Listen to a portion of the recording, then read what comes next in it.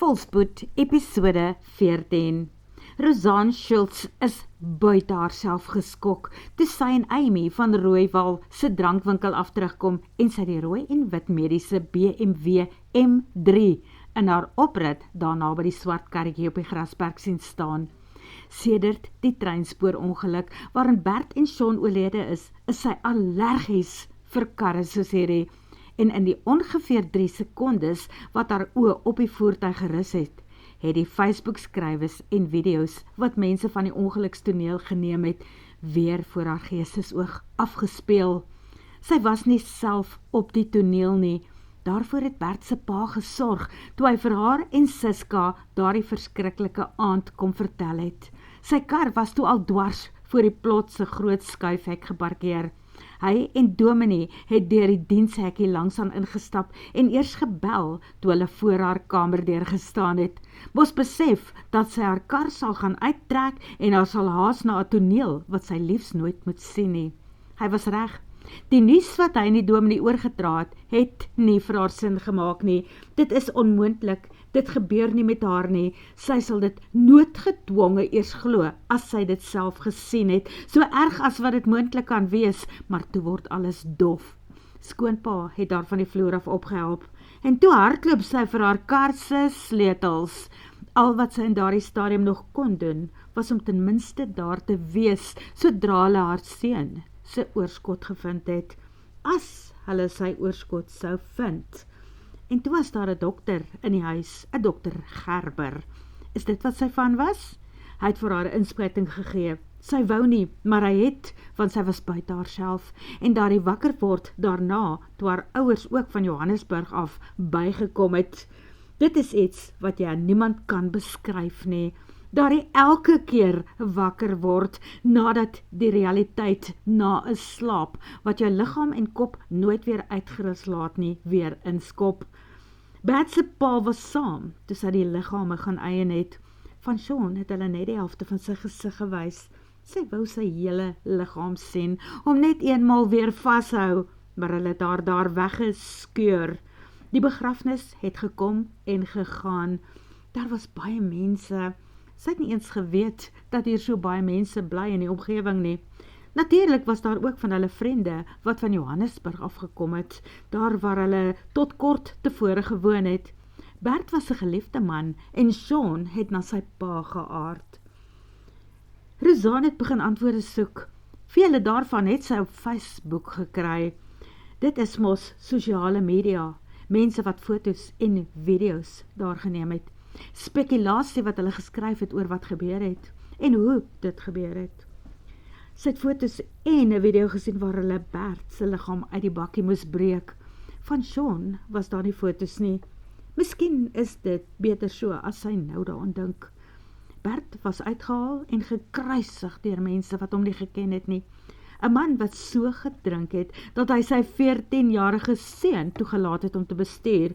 'n Ongeluk wat nooit moes gebeur het nie, het almal geskryf.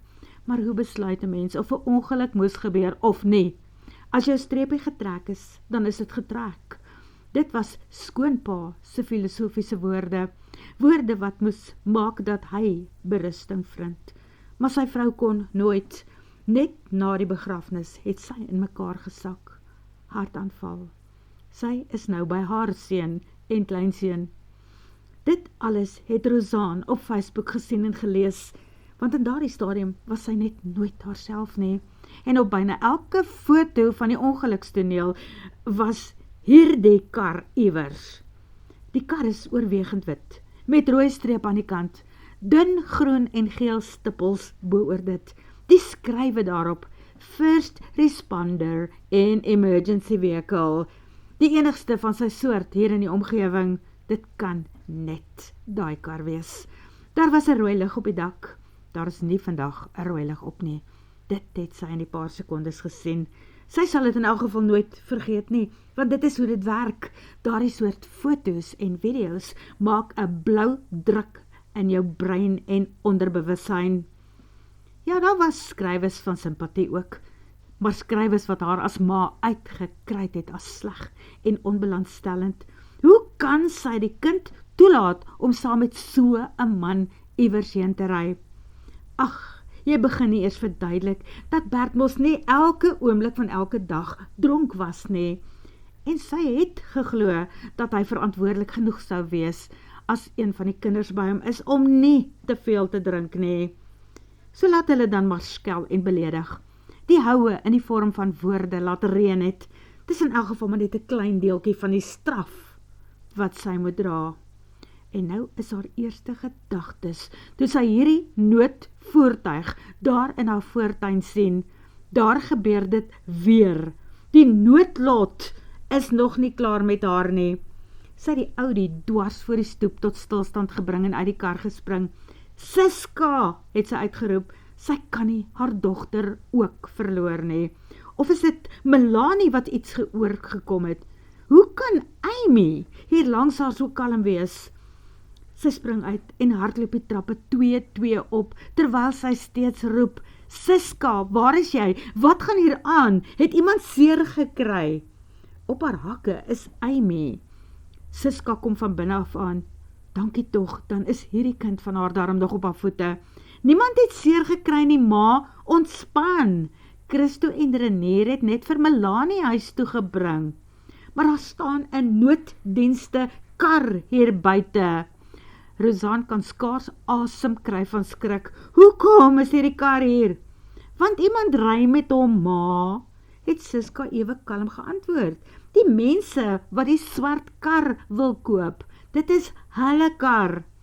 Die mense wat die swart kar wil koop, vind dit die pad van haar oorskulp, deur die oorkanaal, na haar oordrom, en toe registreer dit iewers in haar brein.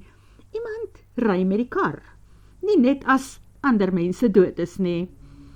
In die eetkamer groet Amy die mense wat daar om die tafel staan, asof sy hulle vir altyd ken.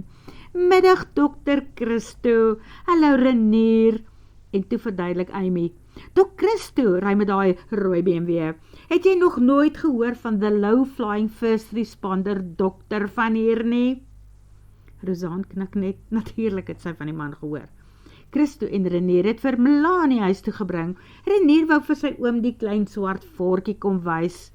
Verduidelik Siska ook. Christo nogal, dring het tot Rosanne deur.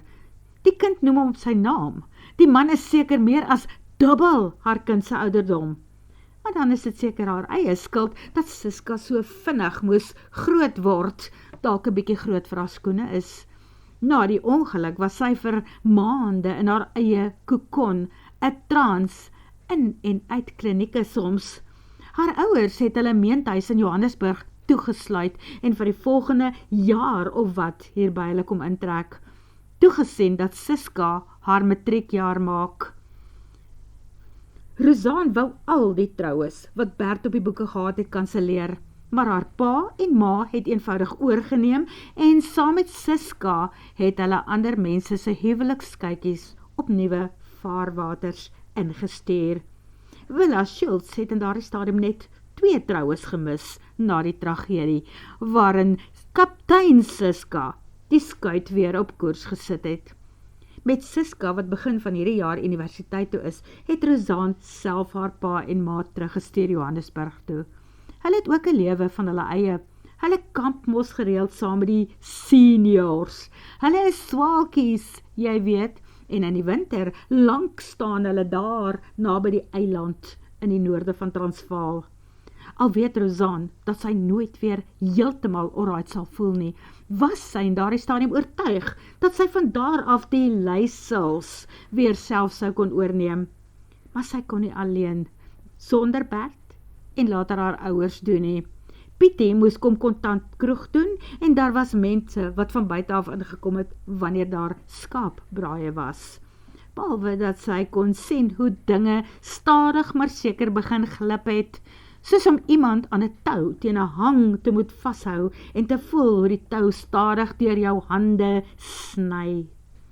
Geld kan verseker nie haar man en kind terugbring nie, maar die polis en die fonds sou haar dalk net gehelp het om weer kop bo water te kry. En nou gaan dit nie gebeur nie. Dit is nog 'n laagtepunt. En die mees gehate persoon op die oomblik in haar lewe is toe ook die laaste persoon wat aan haar mense se liggame geraak het, nadat hulle siele waarskynlik na die ander kant toe vertrek het. Nog een wat waarskynlik saam geskinder het oor die hoeveelheid bottels wat daar uit die bakkie gekom het. Maar nie al die bottels wat in daardie kar was, is deur haar man se keel nie. Sy wou dit al vir die mense gesê het. Party van dit was bottels wat moes terug kan na die drankwinkel van die hotel na die middagete onthaal wat hulle daardie Saterdag hier gehou het. Toe hak Bert en Sean by 'n nuwe vriend van hom se huis vas met rugby wat uitgesaai is. En die bottels ry maar saam agterin. Bert was verseker aangeklam toe hulle daar wegry het en hy het toe vir Sean die sleutels gegee. En al die vriende daar het hulle half dood gelag daaroor.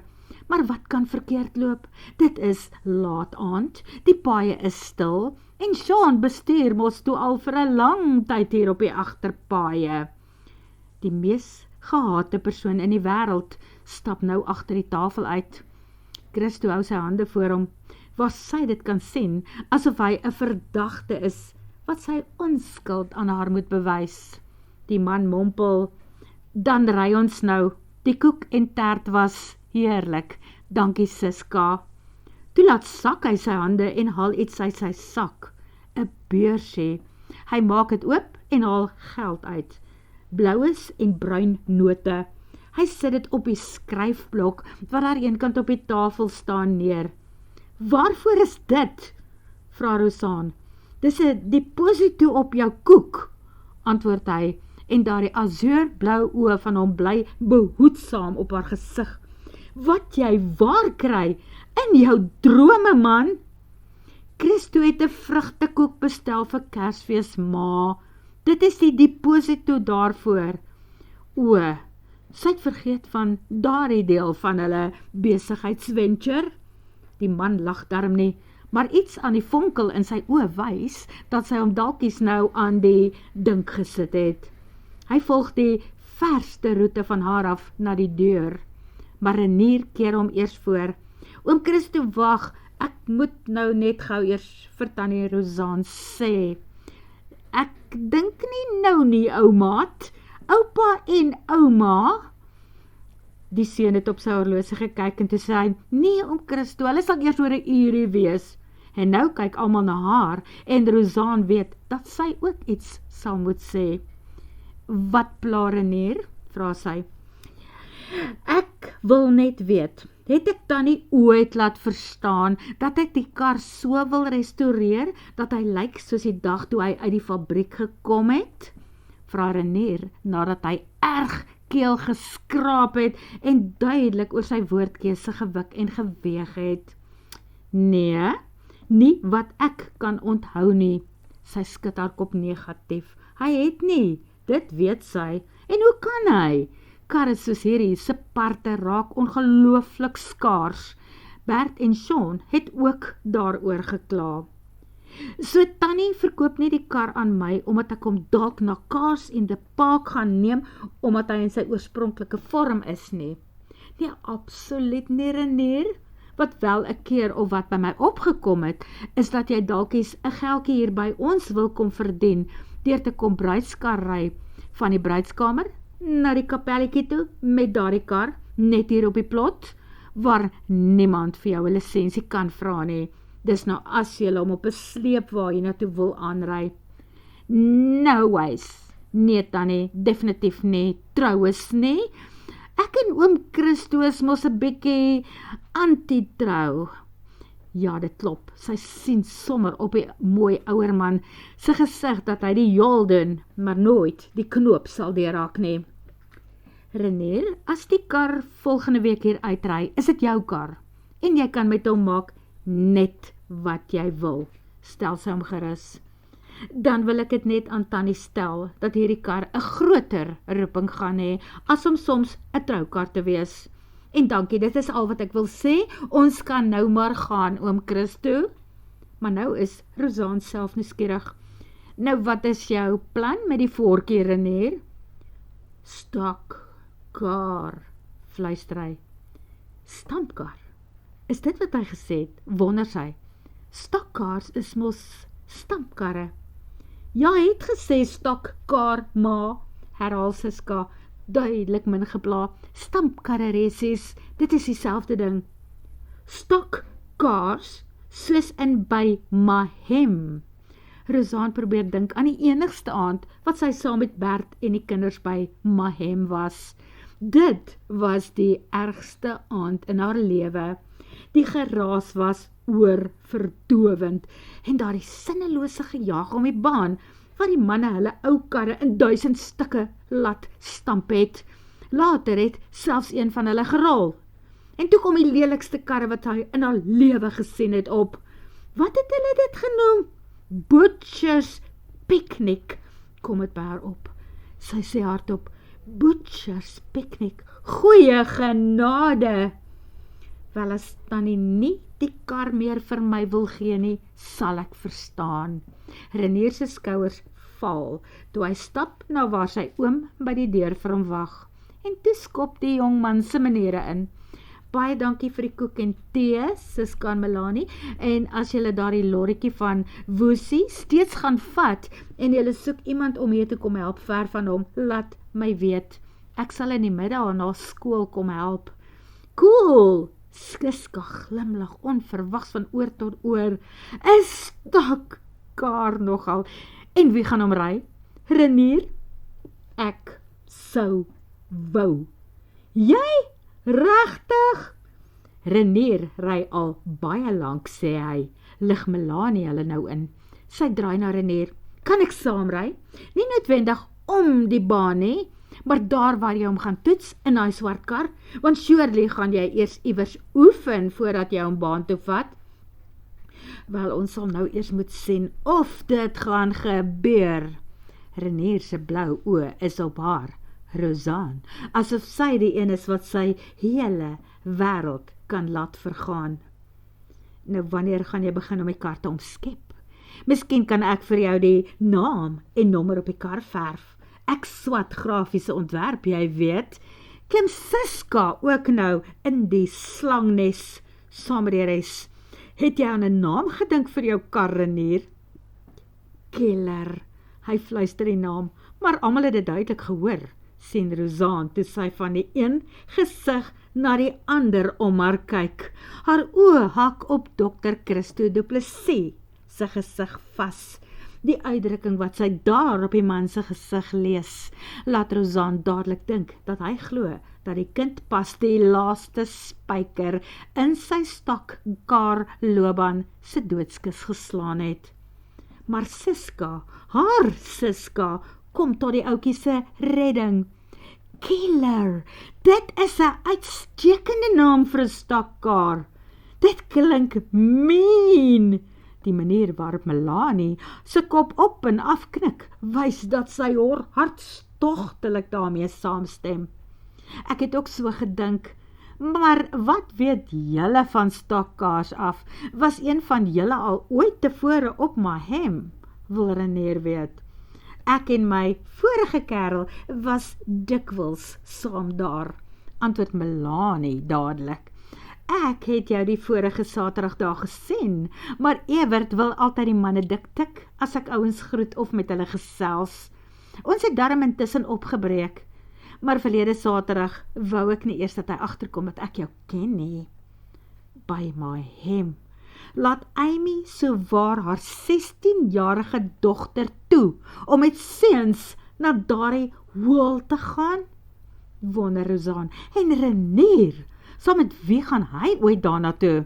Met hierdie hooligan van 'n low-flying testicles hier voor haar? Sy sal hom haar kyk gee. Sy sal ook 'n kyk wat die manne se broeke laat bewe vir hom gee. Maar die man kyk terug, met daai blou oë wat nie wyk nie, wat 'n barshou kan kyk. En sy sal nie terugstaan nie. Dan gluur hulle mekaar nou maar aan, soos twee swaar gewig armdik opponente, wat nie een teen die planke wil beland nie. Dit is eers Siska se entoesiastiese bekentenis, wat haar haastig laat terugkyk na haar dogter. Ek was een keer saam met ons gesin daar, en my ma het nie daarvan gehou nie. En toe was ek en Sean 3 keer saam met my pa daar. Op een aand het my pa met 'n splinternuwe Ranchero bakkie stof in die ander ouens se oë geskop. Daai geleentheid toe die ouens hulle privates kon inskryf, hy het die bakkie net daar ingeruil op die Nissan MP200. Wat? Was dit die aand toe jou pa gesê het dat dit kwaaddoeners is wat die bakkie by Loftus na 'n rugbywedstryd beskawig het, omdat julle vir die leeu's daar geskree het? Rosaan moet nou 'n stoel vind. Sy weet sy gaan omval.